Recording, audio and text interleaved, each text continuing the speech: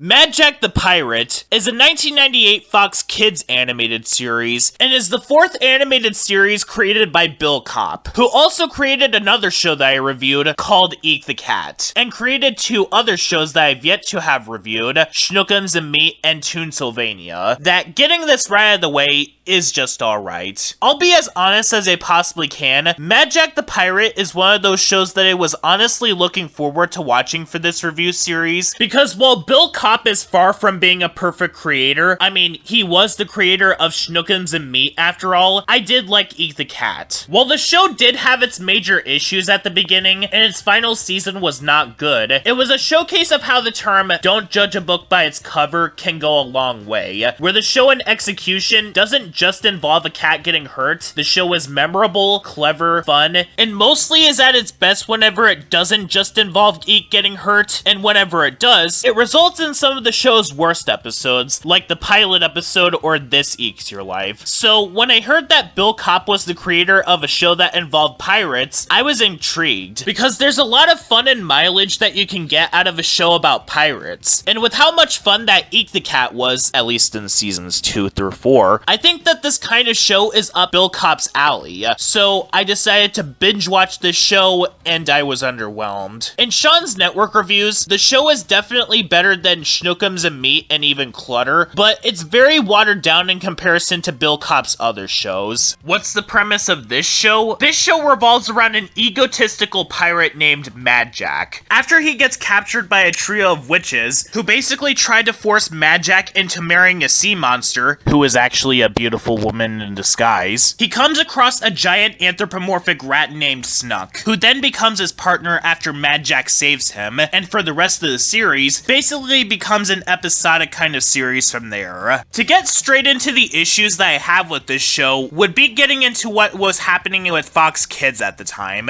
In the late 90s to early 2000s, Fox Kids was in a very tight position regarding their animated offerings. Before Kids WB launched, Fox Kids was originally the block that offered 3 animated shows that put them on the map: X-Men, Animaniacs, and Batman the Animated Series. In 1995, after some behind-the-scenes drama regarding how Batman the Animated Series was being treated by the Fox network, Warner Brothers decided to make their own Saturday morning block named Kids WB, and took Animaniacs, Batman, and the other Looney Tunes spin-offs they made alongside them, basically leaving Fox Kids with only the shows that were made by them, and so as a result, they were scrambling to find another comedy show that could capture the same success as Animaniacs, but all of them were short-lived. One of them being Toonsylvania, which Bill Kopp was also involved in, but it also had Steven Spielberg involved. Basically, think what Nickelodeon has been trying to do with finding a new show that had the same success as SpongeBob for nearly a decade, but basically on a smaller scale. That's basically what Fox Kids was trying to do at the time, and to be quite honest with you guys, Madjack the Pirate feels right at home in that era, down to the fact that this show basically tries to do the Animaniacs thing, where it basically has beautiful women appearing at points in the episodes. Now, why do you want to go in there? It's just a lot of beautiful ladies dancing and riding about on a stage. What would we do in there? Boy, this really is a kid's show, isn't it? 999 Delights is an example in this regard, but in regards to the show itself, to be as honest as I can, this is the highlight of the show, because I do have a list of problems with this show. The first of them is in regards to an ever-growing problem that I pointed out in my review of Eek the Cat, more specifically, the final season of that show. While it wasn't bad, the problem that the show had near the end was that it was generally feeling so tired, to the point where it played things much more safe and was more boring than the previous seasons were, and also didn't even feel like it was the same show anymore, given how many of that show's iconic characters were taken out, which left us with what could essentially be an Eek and Sharky spin-off series that pretty much turned into a full-on Ren and Stimpy clone, a problem which unfortunately also made its way into Madjack the Pirate. One of this show's biggest problems is that the show is just not fun, which is weird to say because this is literally a show that revolves around pirates. How could they have possibly executed this in the most boring way that they did? Well, I'll tell you how. Remember when I pointed out how Eek Season 5 played things so safe and was boring in comparison to the other seasons? The same thing applies to Madjack, where the show not only feels incredibly derivative of other shows that have have done whatever this show did, but they did it a million times better, though this show basically beat Wander Over Yonder's The Hero to the punch with A Night to Dismember, where Madjack is tasked to help a knight rescue a princess, but Wander Over Yonder executed this way better, because in that episode, the knight was the egotist, which led him to getting exactly what he deserved in the end. Meanwhile, this is one of the few times where Madjack gets trucked over for little to no reason, but the show generally feels very tired, where in the earlier episodes in particular, the gags feel like they drag on for way too long, and because this is a 90s cartoon, they basically go the direction of basically being a Ren and Stimpy clone, where you have this egotistical maniac who thinks he's above everyone else, being paired with the dumb and clueless one, and on top of it being a Ren and Stimpy clone, the dumb one named Snuk is basically voiced by Billy West. While this show is not as bad as Schnookums and Meat, because Madjack the Pirate at least has the distinction of being a pirate show, it's pretty forgettable all things considered. Heck, I'd even say that this show is forgettable even in comparison to some of the other Ren and Stimpy clones. So, with the show that basically plays things as safe as this show, there's not much substance to get out of this show. I'll be straightforward when I say that I don't like Madjack in this show. He's not even a lovable kind of jerk like a character like Duckman or Cusco from The Emperor's New Groove, where you see that they have a heart inside. Madjack is just a character that I dislike. And on top of being such an unpleasant character to be around, it makes it extremely difficult to feel sorry for him when he does end up getting undeservingly trucked over. And the interactions that he has with Snuk feel incredibly one-sided, because unlike with Ren and Stimpy, where Stimpy is completely clueless to whenever Ren is being a jerk to him, Snuk is entirely aware that Madjack is being a jerk to him, but he just looks dumbfounded most of the time, which is just not as funny. Speaking of which, another one of my bigger problems with this show is that Madjack the Pirate is just not funny. Like, at all. While watching each episode, I don't think that I laughed even once. One thing that is very important in comedy is surprise. When the audience can see the joke from a mile away, it loses the impact of the joke, leaving you with nothing but a blank expression on your face. And this is exactly what I was feeling while watching most of these episodes. Oh, and the treasure of the headless left-handed Peepmo salesman. The cannon won't fire, so Madjack sticks his head in the cannon. I wonder what's gonna happen. Oh, the cannon fires when Madjack didn't expect it because the universe hates him or something. I found that so funny that I forgot to laugh. And the show also feels the need to make pop culture references at random without any sort of humor attached to it. The second episode, for example, has this deity referencing Power Rangers right out of nowhere, and they don't even do it in a way that is even clever. Come on, we'll order a pizza.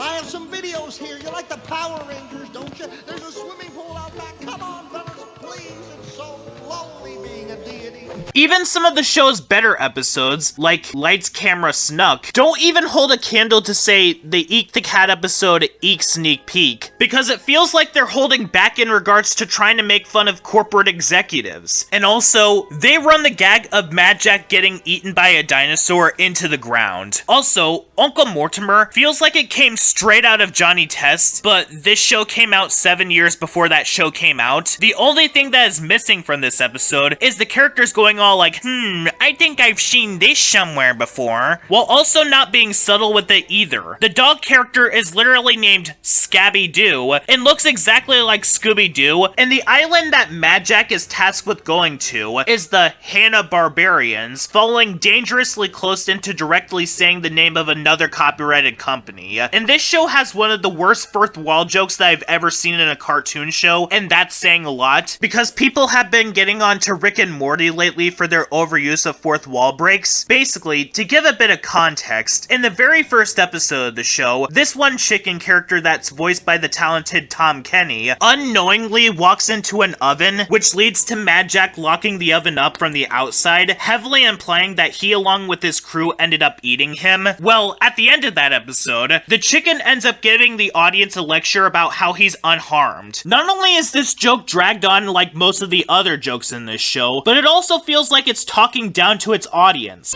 I'm just a drawing, and some poor so-called actor is doing my voice in a cheap recording studio right now, before his shift at the local pizza joint gets underway. Hey, Madjack the Pirate, I'm pretty sure your audience already knows that the characters in your show are not real. I mean, most of the children that you're saying this to have parents that would tell them that the characters aren't real. Like, when I was little, I was told by my mom that cartoon characters aren't real. So this fourth wall moment is not necessary. So overall, Madjack the Pirate is definitely one of Bill Kopp's weaker projects, and is also one of the weaker shows that I reviewed in Sean's network reviews so far. It's better than Clutter, because the show at least doesn't have anything egregious about it, and from what I watched from the following show, it's better than Schnookums and Meats, because Madjack at least tries to do its own thing despite being a Ren and Stimpy clone, but it's incredibly forgettable, with plotlines that play things way too safe. If you want something pirate-related that will get a laugh out of you, just watch the SpongeBob episode Arg. Not only does it have characters that are much more interesting, it's actually funny and memorable, and you'd be better off watching One Piece or The Marvelous Misadventures of Flapjack if you want a show about pirates. Meanwhile, with Madjack the Pirate, there are certainly much worse shows that you could watch than it, especially considering the last show that I sat through in production order. It's a show that I don't see people talking about all that much, and I can kind of see why, and that's due to the fact that the show is just there and that's it. Oh, and also,